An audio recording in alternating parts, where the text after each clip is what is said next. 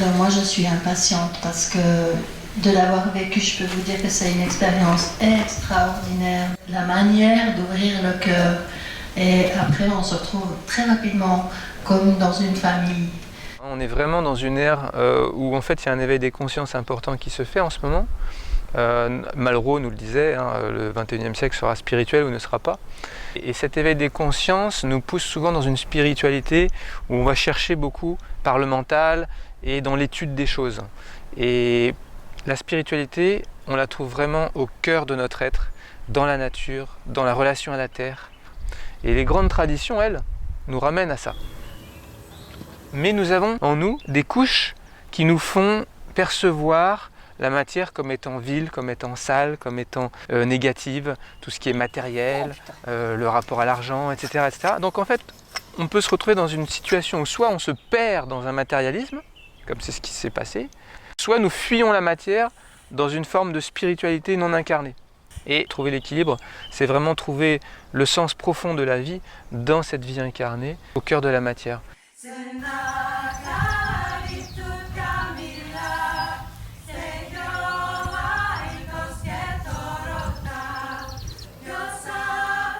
L'arbre, cet être vivant extraordinaire, est un maître qui nous enseigne que pour s'élever dans le ciel, il faut de racines profondes.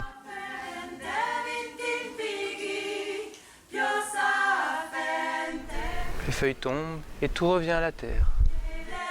Je vous invite chacune à être vraiment dans cette écoute, parce que quand vous écoutez vraiment, vous permettez à la personne qui parle de se guérir. Tout ce qui n'a pas été ou qui ne peut pas être dit dans des contextes habituels, tout ce qui vient là dans l'instant présent est bienvenu. Je vous propose donc de fermer les yeux, observez votre respiration telle qu'elle est. Sentez bien l'air qui entre et qui sort, ce flux et ce reflux. Il y a tous ces sons à l'extérieur. Et lorsque je les écoute vraiment, le silence se fait à l'intérieur.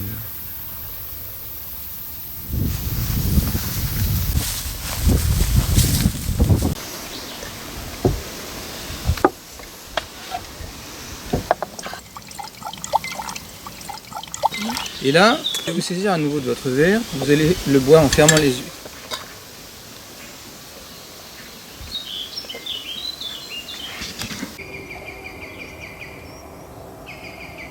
Hier matin, elle ne connaissait rien du processus. Nous l'avons expérimenté hier, ensemble. Hier soir, nous avons fait un petit débrief qui a duré quoi, 1 heure ou 2 2 heures, allez, où je leur ai expliqué la théorie qui était sous-jacente derrière la pratique que vous allez vivre. Donc elles ont fait la même expérience et aujourd'hui elles vous la transmettent. Il y a des temps de parole qui sont des cercles de partage où là c'est un moment de parole. Ce n'est pas une journée pour raconter sa vie, pour parler de demain, pour parler d'hier. Non, c'est une journée de l'instant présent. Regardez ces cheveux quand ils se déplacent, le rythme qu'ils ont. Non plus le rythme de la tête parce que je veux aller quelque part et donc ma tête me précède. Non, le rythme du corps. Je suis marché. Je suis porté par la marche. Et c'est la physiologie qui va vous donner le pas. C'est pas la volonté d'aller quelque part. Aujourd'hui, le seul endroit où on cherche à aller, c'est ici et maintenant.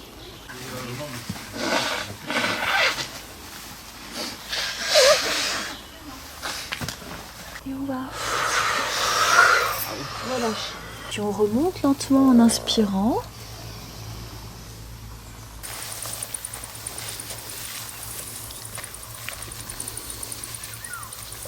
Là, on va retrouver 2 groupes qui sont en train de cheminer dans une forêt où ils vont se connecter donc à l'énergie des arbres.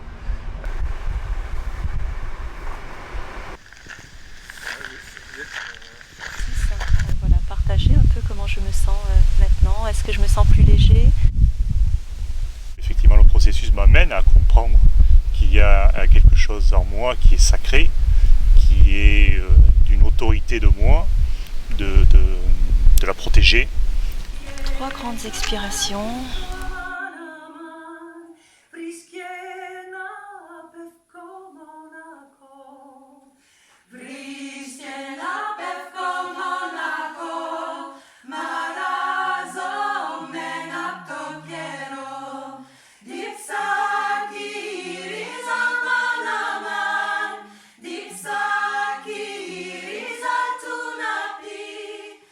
fait, tout à l'heure, quand ils vont se retrouver, ils auront bouclé un cycle complet et seront beaucoup plus à même d'être dans la relation à l'autre, d'être dans la relation, je dirais, sociale, de pouvoir être davantage dans le mental, alors que là, ils sont vraiment au cœur de leur sensibilité.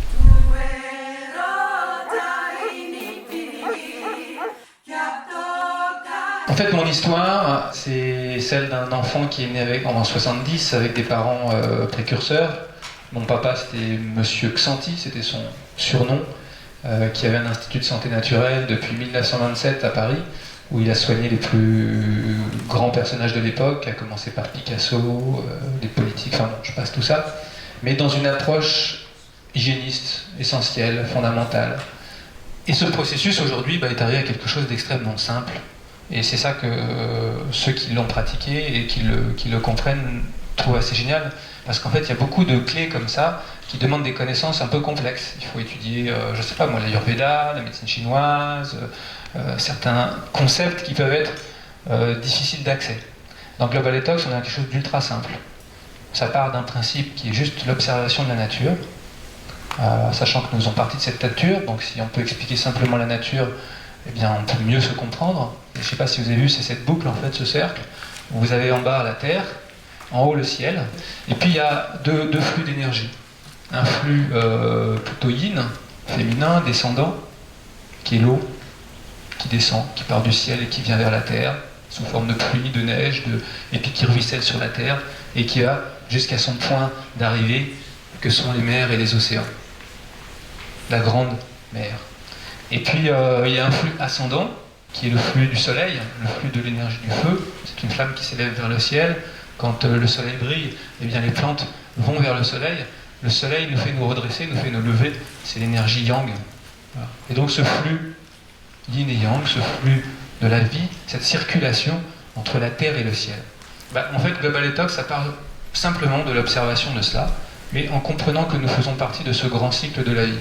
Et en fait, tout le processus, pour ceux qui l'ont vécu hier ou aujourd'hui, eh bien en fait, est calé sur cette simple compréhension. Et on va cheminer entre les 4 éléments dans cette synchronisation avec le grand flux de la vie. Et comme c'est un cheminement de pleine conscience et que c'est un cheminement de confiance, c'est quelque chose, c'est une dimension du cœur où nous sommes ensemble, eh bien il y a cette dimension aussi collective.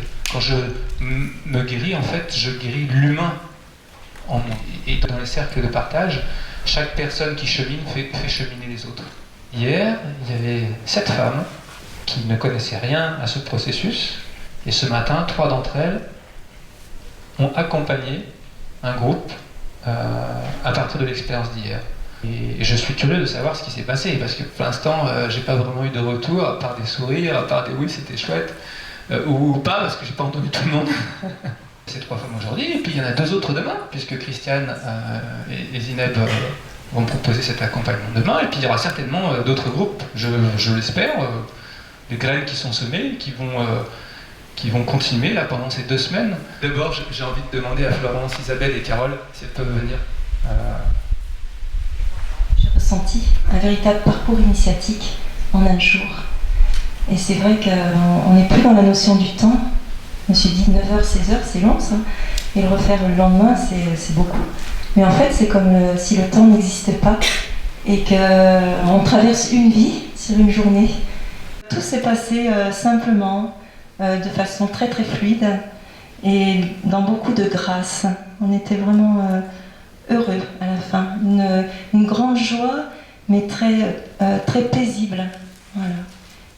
Moi j'étais avec un groupe d'hommes, sauf une jeune femme, 6 personnes qui ne se connaissaient pas, mais beaucoup de confiance pour se partager et pour communiquer sur des choses un peu personnelles, ce qui n'est pas évident pour les hommes en général. C'est un cheminement qui est transformateur, qui est pas facile en fait. Il faut beaucoup de courage, beaucoup de confiance, où on pouvait s'appuyer les unes sur les autres. Moi j'avais vécu l'expérience la veille et c'était extrêmement transformateur, mais c'était transformateur dans la douleur un peu, dans la douleur et dans la fatigue physique en fait. Et le revivre aujourd'hui, une deuxième fois, en étant dedans mais un petit peu extérieur puisque je guidais, c'était une finalisation. Carole parlait de douleur, souffrance, etc. Donc ça peut faire peur. Nous avons des résistances, des structures en nous qui résistent à accueillir ce qui est, qui résistent à accueillir simplement la vie telle qu'elle se présente dans l'instant. Et c'est ces résistances qui nous font mal. C'est pas quelque chose d'extérieur, c'est quelque chose c'est une barrière que nous mettons en place. Il faut effectivement pas avoir peur.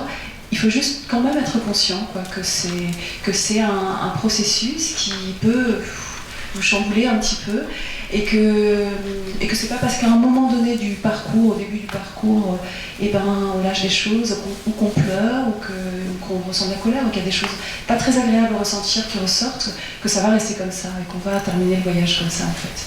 Passer le micro à ceux qui ont vécu l'expérience aujourd'hui. Quand on est arrivé en haut de la montagne, il n'y a qu'une seule chose à faire, c'est de redescendre et d'aider les autres à monter. Voilà, c'est ce sentiment qu'on ressent de temps en temps, que j'ai ressenti, que je viens aussi partager avec tout le monde. C'est chaque être humain qui vit son cheminement va m'apprendre aussi, m'enseigner sur qui je suis en fait. Les êtres qui organisent, ils ont lâché la peur. Et je suis coincée encore avec la peur. Tu étais? J'étais coincée avec la peur. Et j'aimerais continuer à m'en libérer. C'est la peur ou l'amour, c'est ce que je ressens aujourd'hui. Et merci. Et donc en fait j'ai commencé à lire des choses et je m'en suis excusée et les autres m'ont dit non, faut pas t'en excuser. Et au fur et à mesure de la journée, en fait je me suis rendu compte que ce que j'avais exprimé comme ça un petit peu spontanément, peut-être brutalement pour d'autres, ça a permis à d'autres de libérer leurs paroles. Et moi, ça m'a permis aussi de me dire, les gens deviennent sincères. En tout cas, je remercie l'accompagnatrice qui a été excellente. Et ça permet beaucoup de choses. Parce qu'elle ramène toujours les gens au silence, elle ramène les gens dans le soin intérieur. Bon, l'histoire des arbres, moi j'ai adoré. Enfin, il y a plein de choses que je trouve super. Cette journée, elle m'a épuisée. Alors, je peux vous dire physiquement et moralement. Mais je pense qu'elle m'a apporté énormément. Et en fait, dans la journée, il y a eu une sorte d'indulgence qui s'est posée et le silence. Ça, j'avoue que moi, je suis pas très silencieuse, enfin, comme ça, socialement. Et là, ça m'a donné beaucoup de repos. Donc vous avez reçu et demain vous allez transmettre. Comment vous êtes là par rapport à ça? Christiane. Alors moi, je suis impatiente parce que de l'avoir vécu, je peux vous dire que c'est une expérience extraordinaire. La manière d'ouvrir le cœur. Et après, on se retrouve très rapidement comme dans une famille. Donc aujourd'hui, je me suis donné le droit de me reposer parce que j'étais un peu flagada avec le jeûne. Mais je me réjouis vraiment beaucoup de vivre cette expérience demain en tant qu'accompagnatrice parce que ça doit être une autre facette et je suis sûre qu'elle est aussi très intéressante.